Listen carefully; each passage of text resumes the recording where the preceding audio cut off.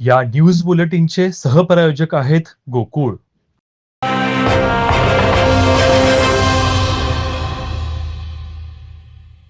शाहूवाडी पन्हाळ्यासारख्या दुर्गम भागात शिक्षण महर्षी पांडुरंग हिरवे गुरुजी यांनी शिक्षणाची मुहूर्तमेढ रोवल्यामुळेच येथील पिढी शिक्षित झाली, असे गौरव उद्गार मुख्यमंत्री देवेंद्र फडणवीस यांनी काढले. श्री क्षेत्र पैजारवाडी येथे शिक्षण महर्षी हिरवे गुरुजी आणि शिक्षणव्रती भार्गव देशपांडे गुरुजी यांच्या अर्धाकृती पुतळा अनावरण प्रसंगी मुख्यमंत्री फडणवीस बोलत होते.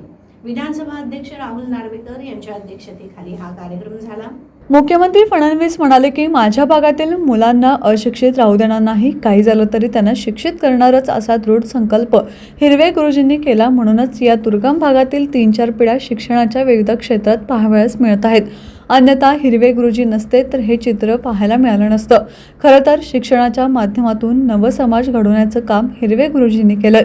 समाजात अनेकांचे पुतळे उभारले जातात, परंतु ज्यांनी समाजात शिक्षण रुजवलं, समाज घडवला अशा व्यक्तिमत्वांचा समाजाला विसर पडतो.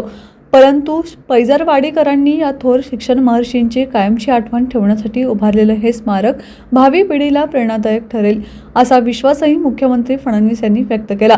आमदार विनय कोरे म्हणाले, स्वातंत्र्यपूर्व काळात हिरवे गुरुजींनी दुर्गम भागात 104 शाळा काढल्या, 144 शिक्षकांना नोकरी दिली. हे अद्वितीय कार्य स्मारकाच्या रूपातून भावी पिढीच्या कायम स्मरणात राहील.